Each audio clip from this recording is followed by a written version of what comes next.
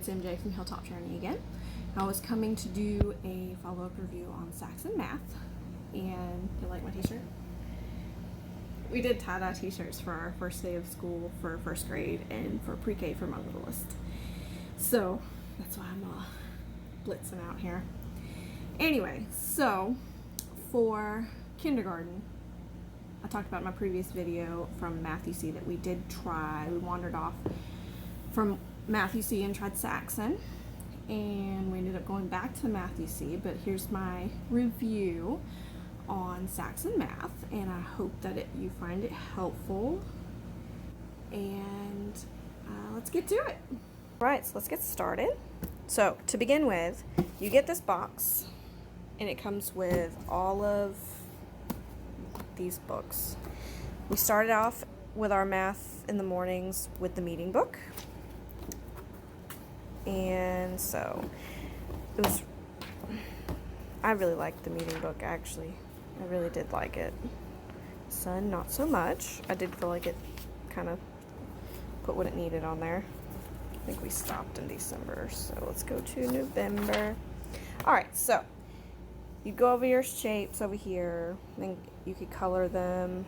We didn't do that on this one, but so in November, so you would go November 2020, go over that, and then it gives you a pattern in the beginning of your instruction manual up at the front. Yeah, calendar patterns right there. Convenient, opened up right there. All right, so it'd give you a pattern.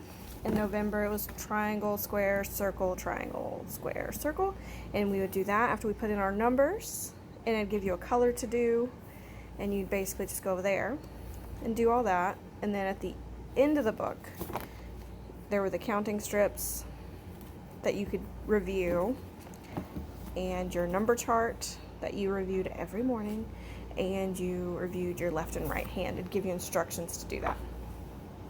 That was our meeting book. That took probably like 15 minutes, maybe 10 once we got into the groove of it. It might have taken 10 to 15 minutes.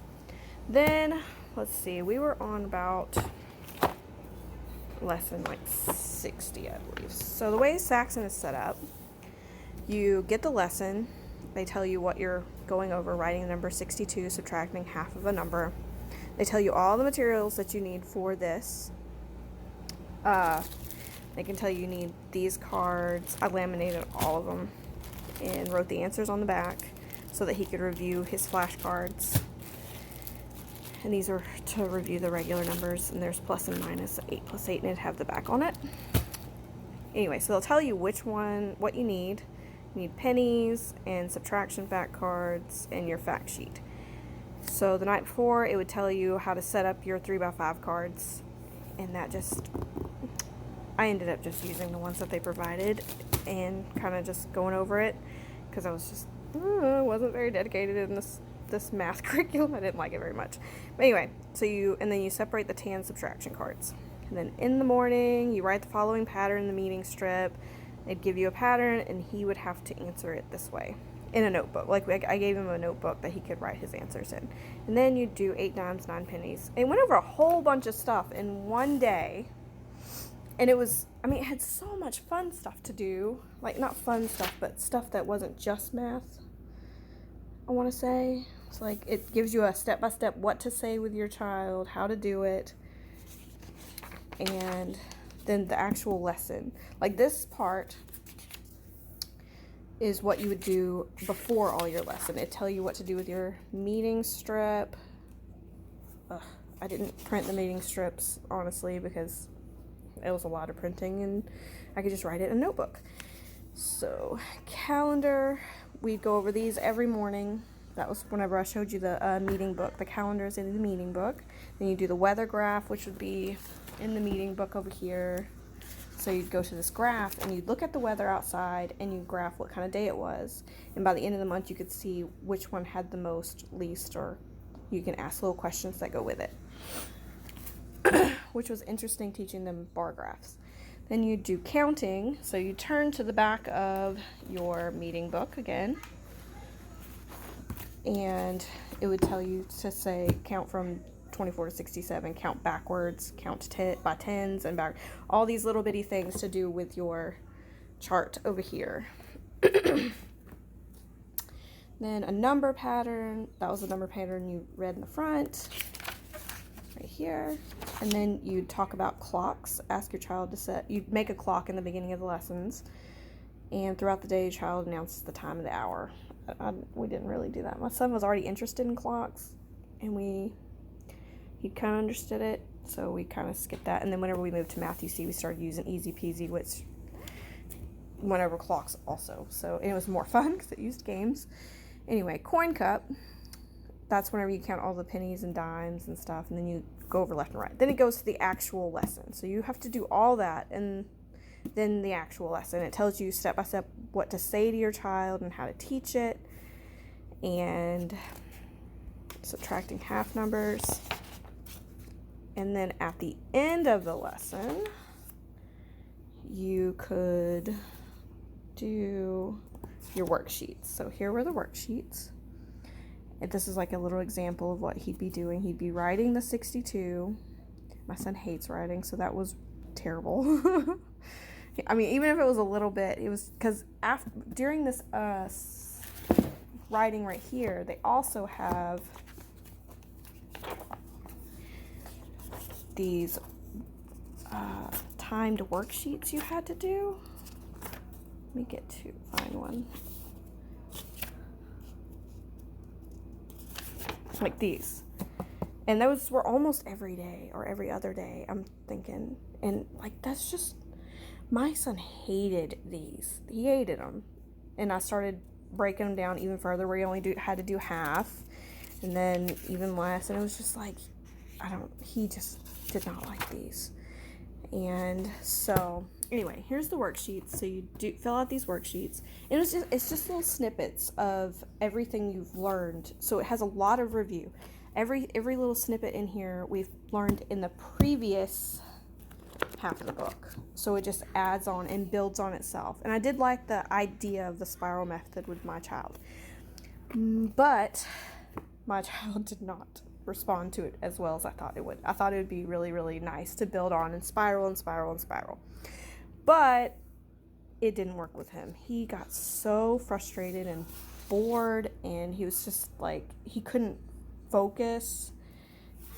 I don't know. He just did not like it. And so we ended up going back to Matthew C for a more mastery approach to math. So each lesson is set up like this. You have the how to prepare for it, and then you do the calendar, the weather graph, counting, number pattern, clock, coin cup, whole thing, and then you do the lesson, and you learn the lesson. The one thing I did not like about Saxon, like, I loved all the extra stuff in it. I loved that it went over bar graphs and coins and weather and everything like that, but I didn't like that nothing seemed to connect. Like, I know you're doing snippets of little things, but it just seems like nothing, the fundamental part of learning to do the math didn't seem to connect. And it took forever to get to the actual point for you to learn what that they were trying to teach you math-wise. Not the extra stuff, not like the calendars and the bar graphs and all that. That was all really interesting. My son learned a lot from those. But the actual fundamentals of addition and subtraction and stuff, it just seemed like it never got to the point and why you were learning that specific thing. I guess you could probably go through the scope and sequence to see it up in the front, and it could tell you where you're headed, like graphing, pictures, identifying the most, fewest, writing number 0. But the actual math part where you're like adding 9 plus 9, why do you need to learn to do 9 plus 9? That's because later on, whenever you're learning 9 plus 9, you learn how to use doubles to, like, 5 plus 4. 5 plus 5 is 10, so 1 less would be 9. So I don't know. It just didn't explain it. And the way Matthew C is taught it, it was just explained it so much better. Like, you do, this one was, you memorize it. 2 plus 9, you would just do it over and over and over and over and over again. You would do 2 plus 9 over every single day of the week. Or other math problems in the 9 area, and you just memorize them. And I liked whenever we went to Matthew C, back to Matthew C, whenever it taught the 9s, that it taught 9 plus 3. 9 always wants to be 10, so it goes and sucks up the 1 from the 2. So then you have 10 plus 1, and then he can use that method to solve every single 9 problem. And in Saxon, it was just like, it's not explaining why you need to know these things, why you're supposed to teach these things, and it just throws it in there, and you just hope that it builds up to the direction that you want it to go. In my opinion. I mean, I'm sure it works for other people and kids, and I've heard it works really well with the high school level. But for Saxon 1, I'm going to have to say that we hated it. My son hated it. He would dread it whenever we were going to start. And here's the second workbook. It has the same things. You have and it does little snippets of everything you've learned throughout the year. So it does review. It does a great job reviewing everything that you've done. But there's so much that it's just overwhelming, I feel, for this age. Like for a 5, I think he was 5 years old and 6 years old at the time, I believe. Because he had already learned all the other math, and he was ready for this one on the placement test. And it was just so much writing and so much information. And it was just, I don't know. We did not like it. I liked all the additional add-ons. Like, I loved the bar graphing and the coins and the calendar and all the little stuff that it added on the outside. But the actual teaching of math, we did not like. Like this, we used this apple to learn how to count. We had to cut up, like, I think 15 apples is what it suggested. You buy a bag of apples, which was like 15 apples. And I liked the hands-on part of it. It was neat, but I feel like there's an easier way to teach this. So we had to cut each apple in half, take the seeds out of each side, and then do this, and then put it on a piece of card saying how many was on this side, how many was on this side, and how much did it equal. I don't know. I just feel like it could have been so much simpler. I mean, I could have done it probably with something else, just blocks or something. But that's the end of the review, and I hope you enjoyed it. And if you have any comments, or if you want to like and subscribe, I definitely enjoy that. I'm going to try to do some more reviews on some science curriculums in the future and other things. So subscribe and you can get some of that. All right, bye.